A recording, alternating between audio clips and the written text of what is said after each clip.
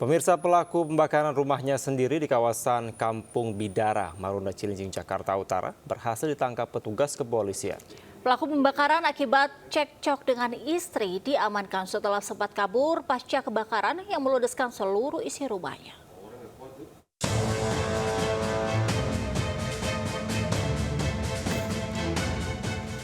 Seorang suami yang nekat membakar rumah lantaran cekcok dengan istrinya di kawasan Kampung Bidara, Marunda, ditangkap aparat kepolisian. Pria 38 tahun ini ditangkap saat bersembunyi di rumah kerabatnya. Kini penyidik masih mendalami keterangan pelaku untuk memastikan motifnya tega membakar rumah usai cekcok dengan sang istri. Pak Kadif, ini pelaku yang mana Pak Kadif? Dan ya yang diduga pelaku pembakaran rumah sendiri itu ya, yang kira siap. Kami untuk proses periksa dulu ya. Sebelumnya kebakaran rumah terjadi di Jalan Kampung Bidara Marunda, Cilincing, Jakarta Utara. Pelaku yang emosi usai berselisih dengan istri sengaja membakar selimut di dalam kamar hingga api dengan cepat membesar dan membakar barang-barang lainnya.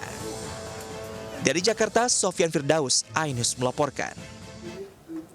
Pemirsa, penyelidikan kasus ibu anak tewas dan menjadi kerangka di dalam rumah terus berlanjut di Bandung Barat, Jawa Barat. Polisi menemukan jejak digital pembelian sianida dari salah satu korban.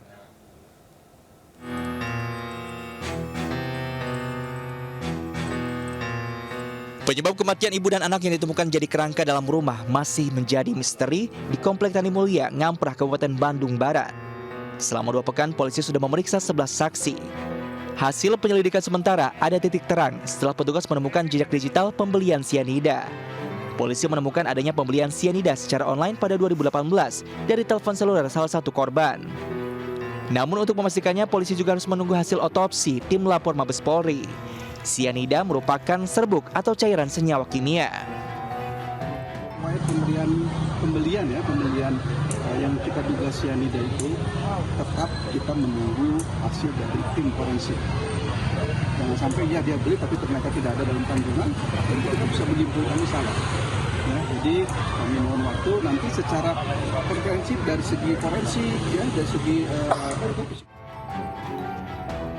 Sebelumnya warga geger dengan temuan 2 kerangka ibu dan anak, Indah Hayati dan Ella Immanuel Putra, terbaring di 2 kasur berbeda dalam satu kamar. Sejumlah pesan ditemukan yang ditulis korban di tembok kamar.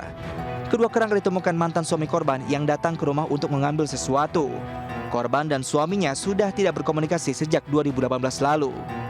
Dari Bandung Barat, Jawa Barat, Yono Wahyu, iNews melaporkan. Pemirsa, siswi SMP di Bekasi yang menghilang hampir sebulan ternyata karena menjadi korban pelecehan seksual kakak iparnya. Keluarga yang geram melaporkan pelaku ke polisi.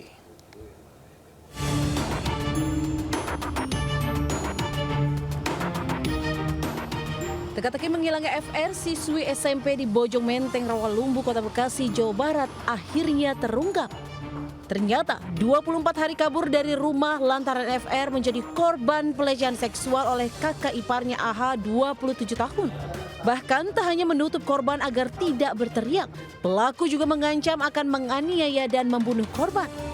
Keluarga yang geram dengan ulah pelaku langsung melaporkan dia ke Polres Bekasi Kota. Untuk sementara yaitu persetubuhan pengakuan dari adik kita FR ini udah 2 kali dilakukan, di mana itu Februari 2023 dan yang terakhir kemarin 2024 itu pasnya langsung malamnya kejadian sekitar lebih kurang jam 12 atau jam 1 lah sampai segitu. Nah, di situ kejadiannya yang kedua. Sebelumnya seorang siswi SMP akhirnya kembali ke pelukan sang ibu setelah menghilang hampir sebulan. Remaja 15 tahun ini ditemukan di Kota Tua saat sedang mengamen. Selama kabur, pelajar SMP ini selalu berpindah-pindah tempat bahkan demi mencukupi kebutuhan sehari-hari. Ia menjual ponsel dan mengamen dari wilayah Tanah Abang, Jakarta Pusat, Tangerang hingga ditemukan di Kota Tua. Dari Bekasi, Jawa Barat, Rahmat Hidayat, iNews melaporkan. Pemirsa, Komisaris PT Inet Global Indo, Sukoco Halim dan istri memenuhi panggilan pemeriksaan atas dugaan kasus rekayasa pengajuan penundaan kewajiban pembayaran utang di Polda Metro Jaya. Sukoco Halim dan istri didampingi kuasa hukumnya enggan memberikan tanggapan agenda pemeriksaan.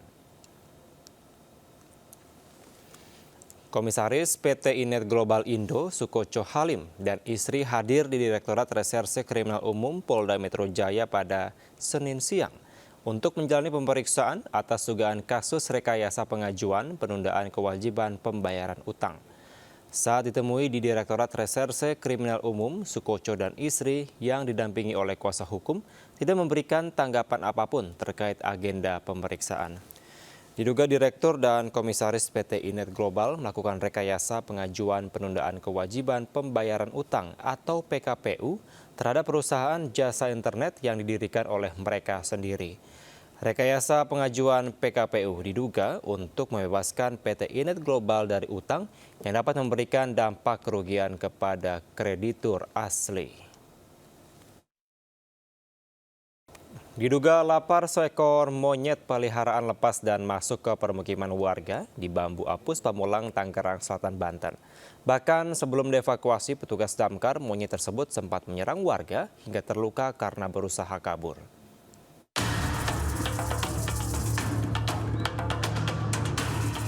Seekor monyet peliharaan warga yang terlepas ini terekam kamera warga saat memasuki perumahan di Bambu Apus, Pamulang, Tangerang Selatan, Banten. Diduga monyet terlepas karena lapar dan mencari makan sebab monyet nampak sangat agresif. Warga pun menghubungi petugas pemadam kebakaran karena monyet sempat menyerang dan melukai sejumlah orang. Menggunakan jaring, petugas segera menangkap monyet yang diduga sudah lepas dari kandangnya sejak pagi hari karena lapar. Jadi pada saat kita datang, si monyet ini sedang berkeliaran di pemukiman penduduk ya. Jadi si monyet ini merasa terancam dan begitu agresif. Itu tadi begitu warga ada yang berusaha menangkap, ada yang tercakar aja. Monyet ini pun kemudian dibawa ke Mako Damkar dan rencananya akan dilepas liarkan ke habitatnya. Dari Tangerang Selatan, Banten, Nunung Purnomo, Ainis melaporkan. Kebakaran hebat terjadi di pabrik tekstil PT Indonesia Libolon Fiber System yang berada di Jatiluhur, Purwakarta, Jawa Barat, Selasa siang. Kebakaran diduga akibat ledakan mesin di ruang produksi, menewaskan 1 karyawan.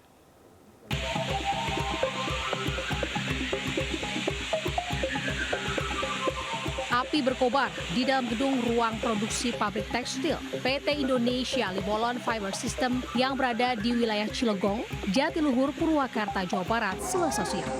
Karyawan panik saat api berkobar membesar. Sejumlah karyawan berupaya memadamkan api dengan alat seadanya dan menyelamatkan barang-barang yang mudah terbakar agar api tidak menjalar makin luas. Petugas pemadam kebakaran yang menerjunkan 6 unit mobil damkar masih berjibaku memadamkan kobaran api. Namun banyaknya bahan yang mudah terbakar dan bahan kimia membuat petugas pemadam kebakaran sempat kesulitan menjinakkan api. Dalam insiden itu, 1 karyawan meninggal dunia dan 3 karyawan luka-luka langsung dilarikan ke RSUD Bayu Asih. Langsung kami kerahkan 2 unit kendaraan dari kami di pusat ya.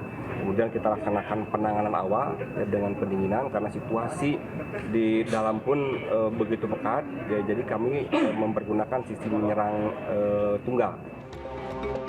Kebakaran diduga disebabkan dari meledaknya salah satu mesin coater di ruang produksi karena terlalu panas. Kemudian menyebabkan kebakaran dan menjalar bahan tekstil yang ada di lokasi. Dari Purwakarta, Jawa Barat, Irwan melaporkan. Kebakaran yang melahap lebih dari 100 rumah di Gang Remaja, Manggarai, Jakarta Selatan hingga Selasa sore masih menyisakan asap tebal dari sisa kebakaran. Sebanyak 35 unit mobil pemadam kebakaran masih berusaha untuk melakukan pendinginan di lokasi kebakaran untuk memastikan semua sumber api dapat dipadamkan.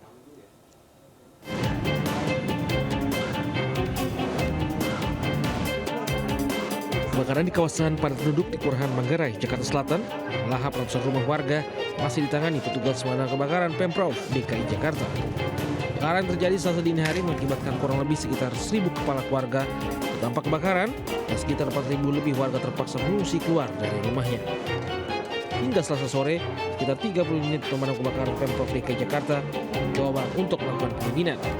Masih ada juga warga mencoba untuk kembali ke rumahnya, memeriksa kondisi dan mengumpulkan barang-barang yang masih bisa diselamatkan. Seluruh api dengan cepat membesar dan melumat puluhan rumah di Jalan Gang Remaja, Manggarai Tebet, Jakarta Selatan. Sejumlah warga pun berusaha menyelamatkan barang-barang berharga mereka. Sulitnya akses menuju lokasi membuat petugas kesulitan menggapai titik api. Perkirakan rumah terbakar berada di 2 RW yang berbeda, yang berjumlah puluhan unit. Masalahnya sampai RW 12 sih katanya. Dari RW berapa, Pak? RW 8 RW 6. RW 6 sampai? RW 12 di sana. Oh, 2 RW? Jadi pemadam itu kebagi dari arah dari stasiun, ada yang masuk dari stasiun juga. Masuk. Hingga kini polisi masih menyelidiki penyebab pasti dari kebakaran. Dari Jakarta, Hamzah Hasibuan, Sadu Santo, Sofian Firdaus melaporkan. Pemirsa, aksi bakar ban hingga blokir jalan mewarnai aksi unjuk rasa memberantas praktik korupsi di Kabupaten Mimika, Papua Tengah yang digelar Aliansi Masyarakat Papua Anti Korupsi di Gedung Kejaksaan Agung Jakarta Selatan. Masa yang kesal lantaran tak kunjung mendapatkan tanggapan sempat memaksa masuk dengan menggoyang-goyangkan pagar ke kantor Kejagung.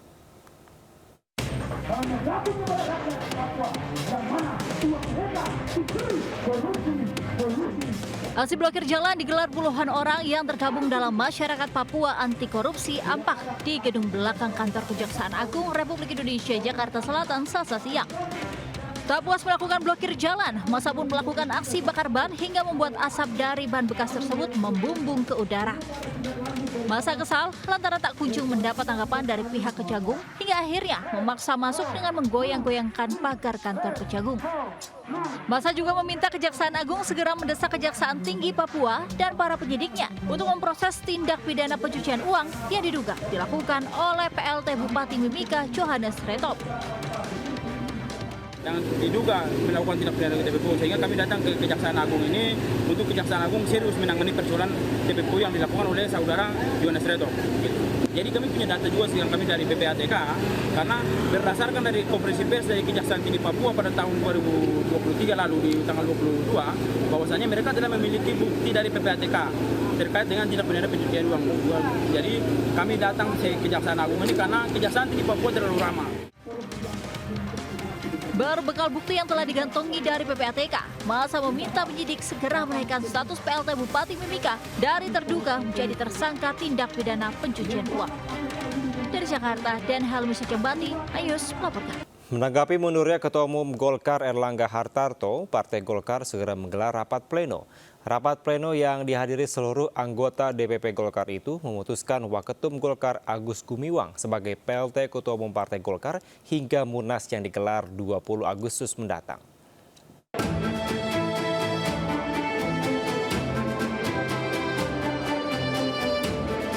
Mengisi kekosongan Ketua Umum di Partai Golkar, Partai Berlambang Pohon Beringin ini menggelar rapat pleno yang dihadiri seluruh pengurus dan anggota DPP Golkar, gedung DPP Golkar Palmerah, Jakarta Barat. Sejumlah petinggi Partai Golkar seperti Wakil Ketua Umum Nurdin Halid, Ridwan Kamil, Ketua DPP Partai Golkar, Budiah Hafid, hadir dalam rapat pleno tersebut. Rapat pleno itu diputuskan jika Wakil Ketua Umum Agus Gumiwang Kartasasmita sebagai PLT Partai Golkar. Agus akan memimpin partai yang identik dengan warna kuning itu hingga digelarnya Rapimnas dan Munas luar biasa Partai Golkar ke-11 yang akan digelar 20 Agustus mendatang. Agus yang juga menjabat sebagai Menteri Perindustrian berjanji untuk memenangkan pilkada mendatang dan siap mendukung pemerintahan Prabowo Gibran. Secara musyawarah dan mufakat, saya diberikan amanah untuk memimpin Partai Golkar sebagai PLT Ketua Umum Partai Golkar, dan tugas utama saya sebagai PLT Ketua Umum Partai Golkar adalah mengantarkan Golkar menuju Rapimnas dan Munas ke-11. Rapat pleno ini digelar setelah sebelumnya Ketua Umum Partai Golkar Erlangga Hartarto secara mengejutkan mengumumkan pengunduran dirinya pada hari Sabtu. Dari Jakarta, tim liputan melaporkan. Pemirsa, Presiden Joko Widodo membantah terlibat dalam proses pengunduran diri Erlangga Hartarto dari Ketua Umum Partai Golkar. Menurut Jokowi, mundurnya Erlangga merupakan urusan internal Partai Golkar. Ditemui usai meninjau lapangan latihan PSSI di Ibu Kota Nusantara, Kalimantan Timur, Selasa sore. Jokowi menolak dikaitkan dengan suasana panas di Partai Golkar. Menurut Jokowi, mundurnya Erlangga merupakan urusan internal Partai Golkar dan tidak ada urusan dengan dirinya. Jokowi pun enggan mencampuri urusan Partai Golkar dan menolak dikatakan cawe-cawe. Namun Jokowi memastikan posisi Erlangga sebagai Menko Perekonomian tetap aman meski isu reshuffle merebak. Sebelumnya Erlangga Hartarto mundur dari jabatannya sebagai Ketua Umum Partai Golkar Sabtu lalu.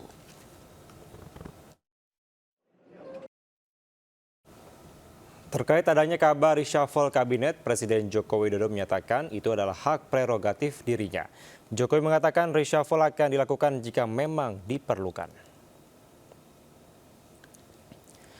Ditemui saat tinjau lapangan PSSI di Ibu Kota Nusantara, Kalimantan Timur, Presiden Jokowi menyatakan ia mempunyai hak prerogatif dalam mereshuffle kabinet.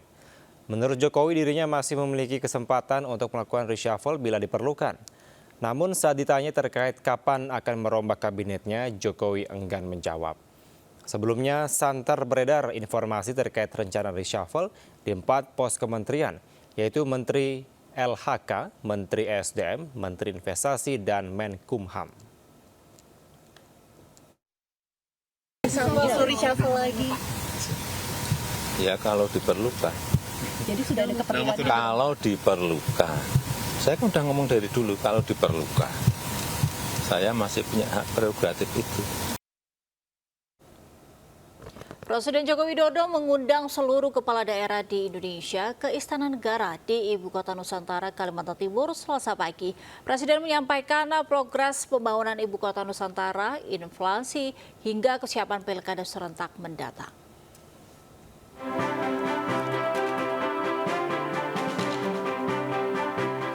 Presiden Joko Widodo memimpin rapat koordinasi dengan 552 kepala daerah yang terdiri dari gubernur, wali kota, dan bupati di Istana Negara, Ibu Kota Nusantara, Kalimantan Timur, Selasa pagi.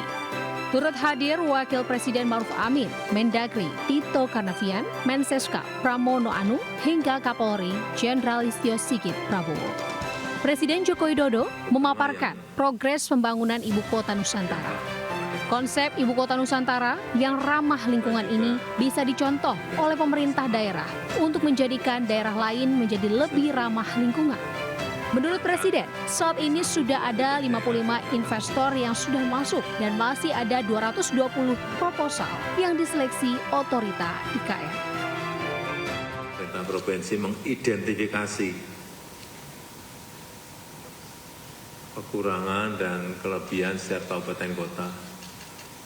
Saya melihat misalnya ada kabupaten yang anggarannya sangat besar sekali, tetapi arah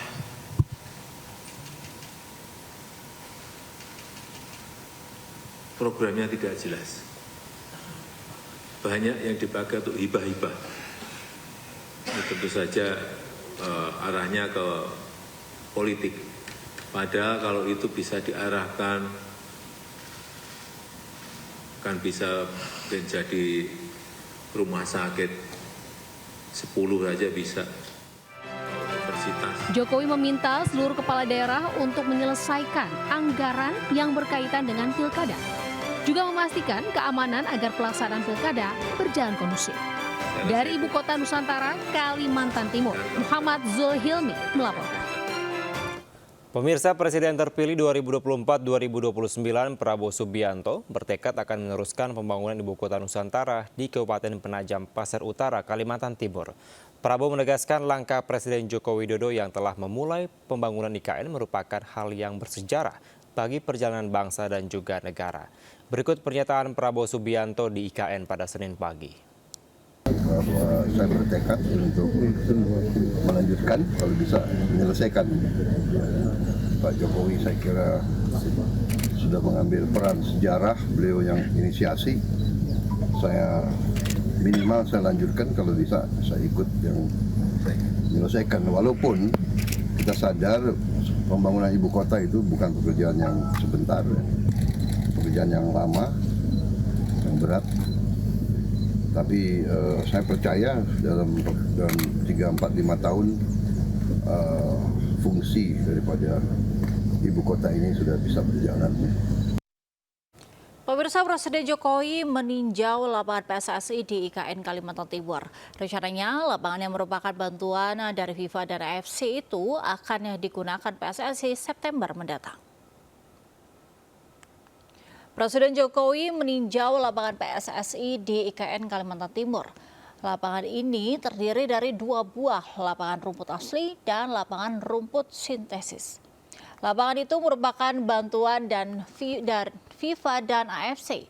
Selain lapangan juga terdapat mes atau tempat menginap para pemain.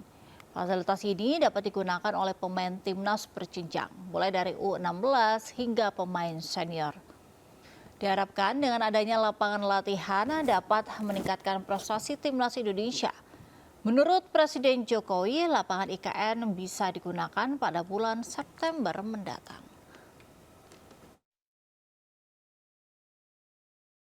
Pemirsa, lapangan latihan PSSI di Ibu Kota Nusantara IKN akan mulai digunakan pada bulan September mendatang. Fasilitas 2 lapangan dengan rumput asli dan rumput sintetis itu merupakan bantuan dari FIFA dan AFC. Bagaimana kondisi lapangan ini? Berikut laporan Muhammad Zulhilmi dari Ibu Kota Nusantara, Kalimantan Timur. Pemirsa, saat ini saya berada di lapangan latihan PSSI yang berada di Ibu Kota Nusantara, Kalimantan Timur. Di sini terdapat 2,5 lapangan yang merupakan bantuan dari FIFA dan juga AFC. 2 lapangan ini terdiri dari jenis rumput asli dan juga jenis rumput sintesis. Presiden Joko Widodo mengungkapkan lapangan latihan PSSI ini dapat digunakan pada bulan September 2024. Selain lapangan sepak bola, di sini juga ada mes atau tempat menginap bagi para pemain yang berlatih di sini. Di sini juga dapat digunakan oleh timnas berjenjang, mulai dari U16 hingga timnas senior. Tentu kita berharap dengan adanya lapangan latihan di IKN ini dapat mendongkrak prestasi timnas Indonesia. Dari Ibu Kota Nusantara, Kalimantan Timur, Muhammad Zulhilmi melaporkan. Presiden Joko Widodo kukuhkan 76 anggota pasukan pengibar bendera pusaka atau Paskibraka 2024 di Istana Negara IKN. Seluruh anggota Paskibraka ini akan menjalankan tugas di IKN pada upacara HUT 79 Kemerdekaan Republik Indonesia 17 Agustus mendatang.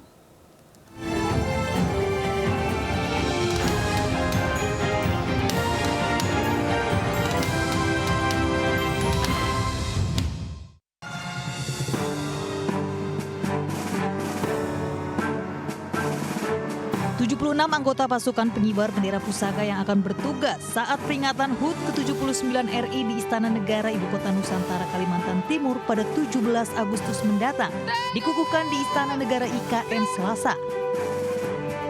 Salah satu anggota Paskibraka asal Sumatera Utara, Vio Sianturi, diminta Kepala BPIP meletakkan ujung bendera merah putih di dada dan mewakili anggota lainnya membacakan ikrar. Presiden Jokowi selaku pembina upacara memimpin proses pengukuhan 76 anggota Paskibraka untuk HUT ke-79 RI. Sejumlah menteri, Kapolri hingga PJ Gubernur DKI Jakarta hadir dalam acara pengukuhan ini. Dengan ini saya kukuhkan pasukan pengibar bendera pusaka tingkat pusat tahun 2024 yang akan bertugas di Istana Negara Ibu Kota Nusantara pada tanggal 17 Agustus 2024. Semoga Tuhan Yang Maha Kuasa memberikan rahmat dan kemudahan dalam menjalankan tugas negara. Jokowi lalu menyematkan lencana kepada perwakilan anggota Paskibraka asal Sumatera Utara sebagai tanda pengukuhan. Acara ditutup dengan Presiden yang memberi selamat kepada 76 anggota Paskibraka. Dari Ibu Kota Nusantara, Kalimantan Timur, Muhammad Zulhilmi melaporkan. Presiden Joko Widodo menyatakan banyak masyarakat yang menginginkan undangan untuk turut menghadiri upacara HUT ke-79 Kemerdekaan Republik Indonesia di Ibu Kota Nusantara IKN Kalimantan Timur. Ya, namun karena terbatasnya fasilitas hotel, sarana transportasi maupun sulitnya konsumsi, maka jumlah tamu undangan dibatasi dari 8.000 orang menjadi 1.300 orang. Berikut pernyataan Presiden Joko Widodo di sela-sela groundbreaking Nusantara International Convention Center and Hotel di IKN Senin sore. Awal-awal yang diundang itu 8.000. Dihitung-hitung ternyata hotelnya nggak cukup. Akomodasi tidak cukup. Konsumsi juga sangat sulit. Karena memang ekosistemnya belum terbangun di sini. Dipotong lagi dari 8.000 menjadi 4.000. Dihitung-hitung lagi di lapangan, hotelnya ternyata nggak cukup juga. Akomodasi nggak cukup. Untuk konsumsi juga masih sulit. Akhirnya dari 4.000 dipotong jadi 2.000. 2.000 pun masih tidak cukup. Akhirnya keputusan terakhir kemarin menjadi 1.300 tamu yang akan diundang ke Istana Negara untuk mengikuti upacara Hari Ulang Tahun Kemerdekaan yang ke-79. Pemirsa, Autonomous Rail Transit atau kereta otonom sudah siap beroperasi di Ibu Kota Negara Nusantara, Sepaku Penajam Pasar Utara pada 17 Agustus 2024 mendatang. Ya, ART ini akan berjalan di marka khusus yang disiapkan dengan panjang jalan 6,5 km.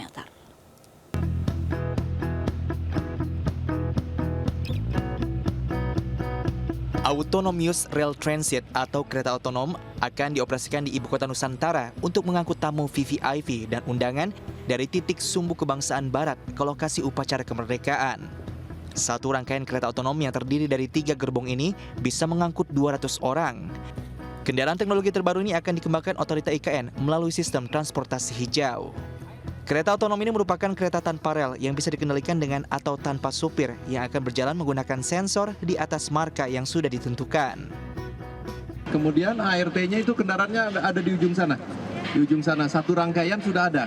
Kemarin saya di sana, itu yang tadi bisa satu kali jalan bisa membawa kurang lebih 200 orang. Nah, sekitar yang sedang disiapkan 4 buah. 4 titik ya, Pak? 4 titik, 4 halte. Ya. Ini kan untuk awal pakai supir dulu. Sementara itu di sepanjang jalan yang dilalui kereta otonom terdapat 4 titik lokasi halte khusus, yakni di kawasan Sumbu Kebangsaan Barat, Hotel Nusantara, Komplek Kantor Bank Indonesia Nusantara, dan Komplek Kantor Kemenko 3. Dari Penajam Pasar Utara, Kalimantan Timur, Mukmin Aziz, iNews melaporkan. Pemirsa, kemeriahan menyambut kemerdekaan Republik Indonesia terasa di Pasar ASMK Jakarta Utara. Warga pun ramai memadati kawasan ini memborong beragam pernak-pernik menyambut hari ulang tahun RI ke-79.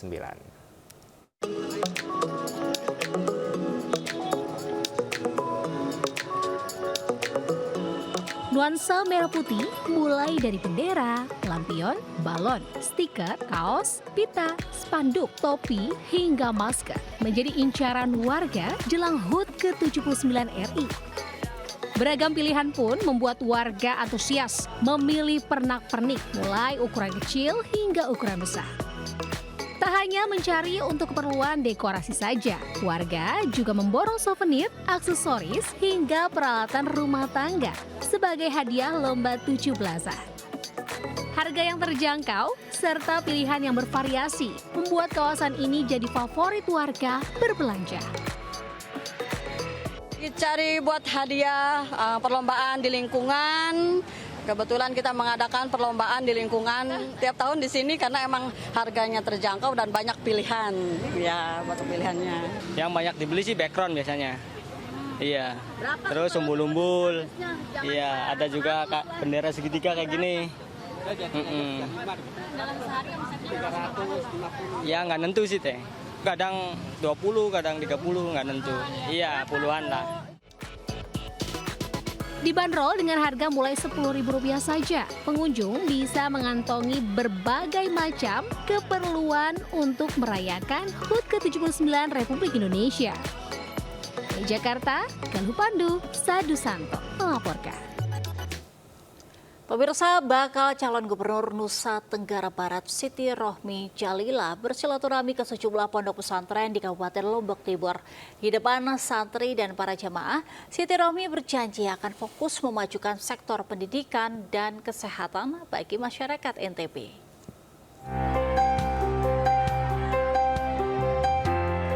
Calon Gubernur NTB Siti Rohmi Jalilah menjadi rebutan kaum mak-mak untuk bersalaman dan bersuah foto saat berkunjung ke Pondok Pesantren Asyakur Pringgabaya di Kabupaten Lombok Timur.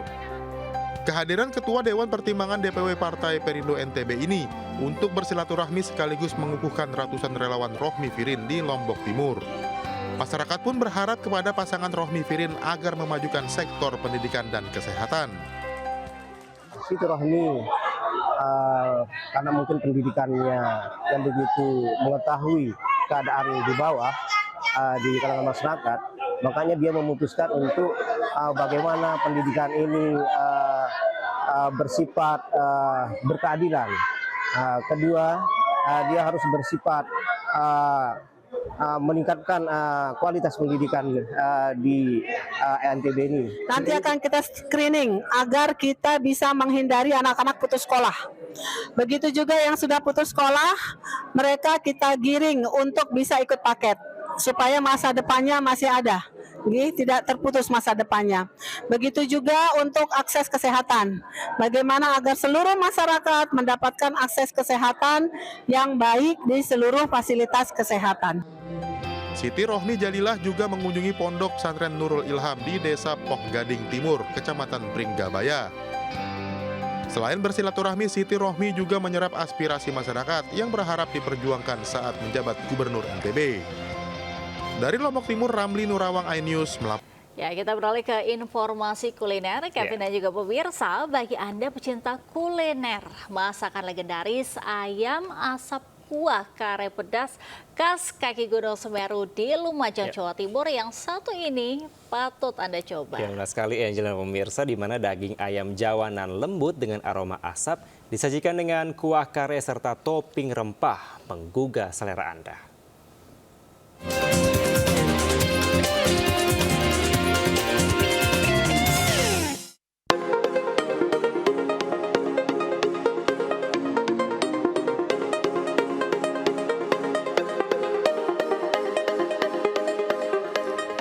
Ayam asap kuah kare pedas, tampilan yang menawan dengan aroma yang begitu menggoda.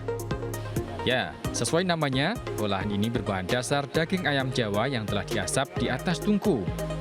Kemudian dimasak kembali dengan kuah kare berlumuran topping rempah. Ayam asap kuah kare pedas ini merupakan menu andalan warung makan di tepi aliran Sungai Gunung Semeru, Desa Batu Jambe, Lumajang. Cara mengolahnya pun cukup sederhana. Tahap awal, daging ayam kampung diasap di atas tungku untuk menciptakan aroma smoky yang khas.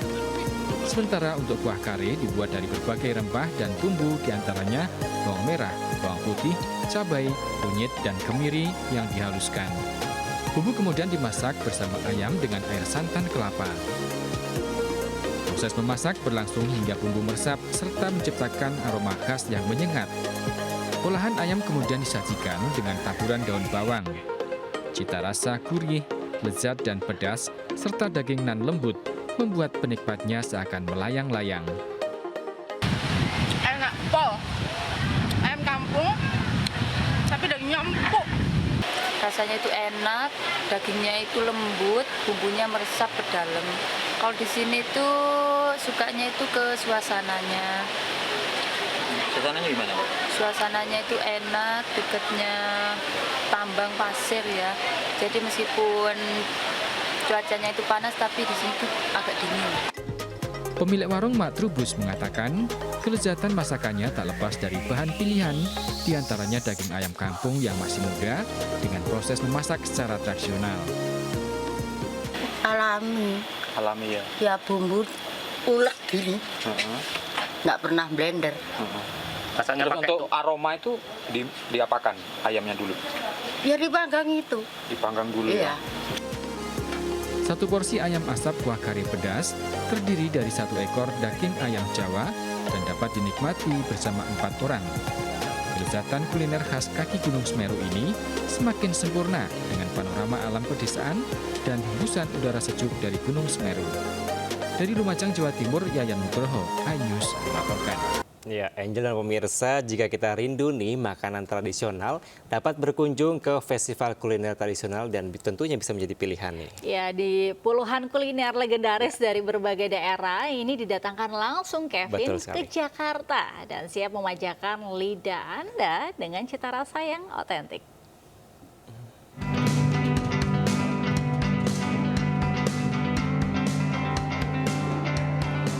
Festival kuliner Kampung Legenda selalu diburu para pecinta makanan tradisional. Jakarta yang penuh dengan para perantau bisa mengobati rindu kampung halaman dengan merasakan sensasi beragam makanan khas dari berbagai daerah berpadu rasa otentik. Salah satunya asam-asam kolium dari Semarang. Sajian sapi dipadu rasa kuah yang menyegarkan ini memuaskan para pecintanya. Tak heran banyak pengunjung berhenti di stand ini. Kita emang dipanggil dari mallnya untuk ngobatin rindu warga Jakarta, untuk rindu asem-asemnya nih. Kita lihatnya seneng banget ya, kita antusiasnya warga Jakarta yang datang untuk dapat beli asem-asem kolim di sini. Otentiknya kita asem-asemnya rasanya khas manis, ada asemnya. Tak hanya asam-asam daging, ada pula kelepon Bali, gudeg, dan tahu petis yang bisa dibawa pulang pengunjung. Tidak perlu ragu akan rasanya karena tenan yang hadir didatangkan langsung dari daerah asal demi membawa keaslian cita rasa. Bagus banget buat orang-orang yang sebenarnya kayak kangen nih ke Bali atau kemana, ke daerah mana yang memang mereka pengen banget nyobain makanannya kan, atau kangen banget makanan-makanan tertentu yang dibawa ke sini gitu. Jadi menurut aku kayak bagus banget. Seneng ya, soalnya saya kan dari Jawa juga. Jadi ini kan semua dari Jawa-Jawa banyak gitu. Jadi ya seneng lah gitu, ngobatin kangen. Ya tentunya. Festival kuliner digelar hingga 18 Agustus mendatang, tepatnya di salah satu mal di kawasan Jakarta Barat. Bagaimana? Anda tertarik berkunjung? Dari Jakarta, Hadisti Arifah Ahmad Putra, iNews melaporkan.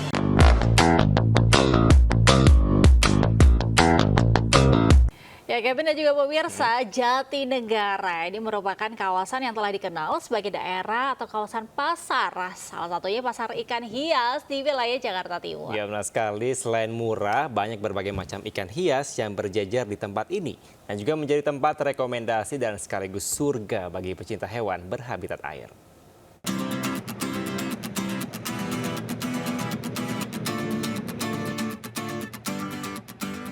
Semakin malam semakin ramai. Ya, inilah pasar ikan hias Jatinegara yang terletak di pinggir jalan di kawasan Jakarta Timur yang selalu dipadati para pecinta ikan hias. Bermacam ikan penuh warna ditawarkan di pasar ini, mulai dari ikan mas koki, goldfish, cupang, rainbow, panda, manfish, dan glowfish. Selain banyak jenis ikan yang dijual, para pembeli pun kerap memburu ikan di sini karena harga yang ditawarkan lebih murah dari tempat lain. Murah banget. Murah. Ada yang satuannya 1.000? Iya, 1.000. Macam-macam sih harganya, 10.000 dapat 8, 20.000 dapat 12. Macam-macam sih, murah sih tapi itu. Betul, lagi hunting ikan. Hunting harga. Kalau di pasar ikan hias Jatinegara ini rata-rata kalau untuk jamnya jam 9 malam ke atas sampai subuh. Terus untuk harinya biasanya malam Sabtu, malam Minggu tuh full rame. Apa sih yang berbeda sama pasar ikan Jatinegara dengan Kalau di pasar hias Jatinegara ini rata-rata emang harganya kita lebih murah dari ikan yang toko-toko yang lain ya. Nah, bagi Anda pecinta ikan hias, Anda bisa mampir ke kawasan pasar ikan hias di Jatinegara, Jakarta Timur yang buka setiap hari dan mulai ramai sejak pukul 9 malam hingga 5 pagi. Dari Jakarta, Rian Rahman, Raga Firdaus, Andri Setiawan, iNews melaporkan. Diduga akibat suhu air yang dingin, dampak perubahan cuaca, ratusan ikan naik ke permukaan di kawasan Tulangan, Sidoarjo, Jawa Timur. Ratusan warga pun segera berburu ikan dengan alat seadanya.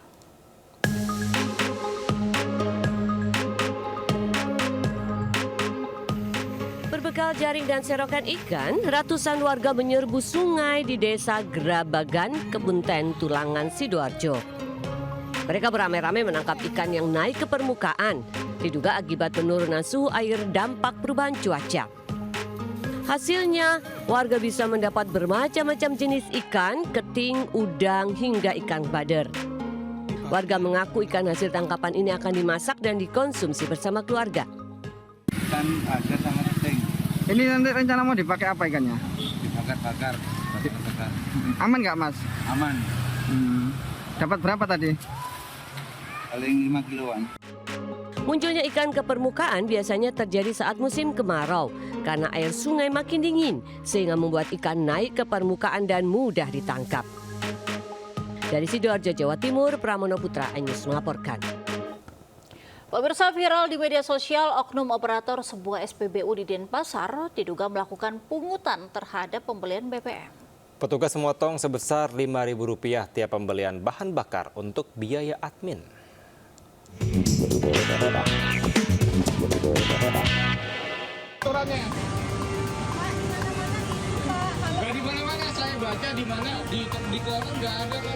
Viral di media sosial, seorang pria diduga mengalami pungutan liar yang dibebankan kepadanya oleh petugas SPBU di Jalan Pulau Komodo, Denpasar, Bali.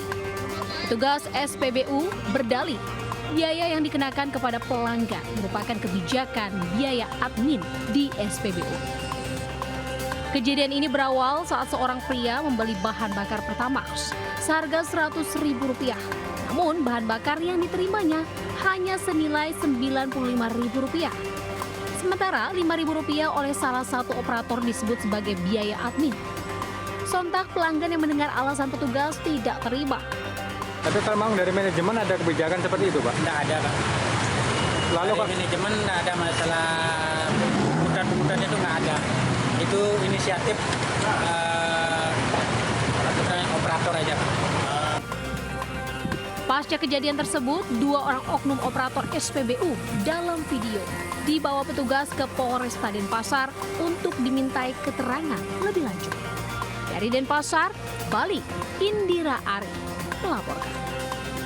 Pemirsa, seorang petani tomat membagikan hasil panennya secara gratis kepada warga di Jember, Jawa Timur. Ya, hal ini dilakukan menyusul anjloknya harga tomat hingga petani merugi.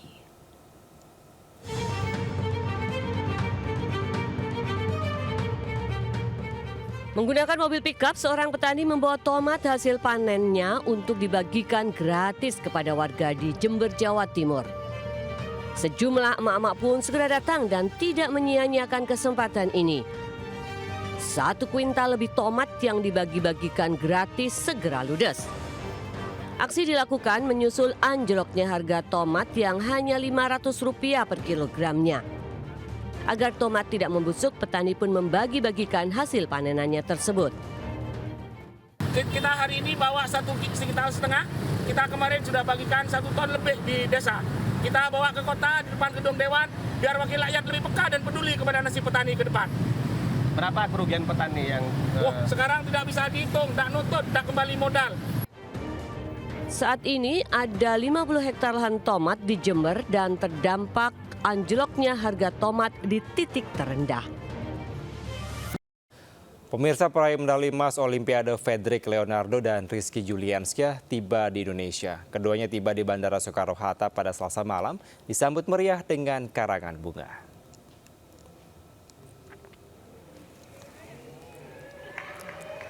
Atlet peraih emas Olimpiade Indonesia Fedrik Leonardo dan Rizky Juliansyah tiba di Terminal 3 Bandara Soekarno-Hatta, Tangerang, Banten sekitar pukul 11 Selasa malam. Fedrik Leonardo pemendang medali emas cabang olahraga sport climbing dan Rizky Juliansyah dari cabang olahraga angkat besi langsung disambut karangan bunga oleh pihak keluarga dan pengurus Federasi Olahraga Angkat Besi dan Sport Climbing. Turut menyambut keduanya Ketua Federasi Panjat Tebing Indonesia, Yeni Wahid.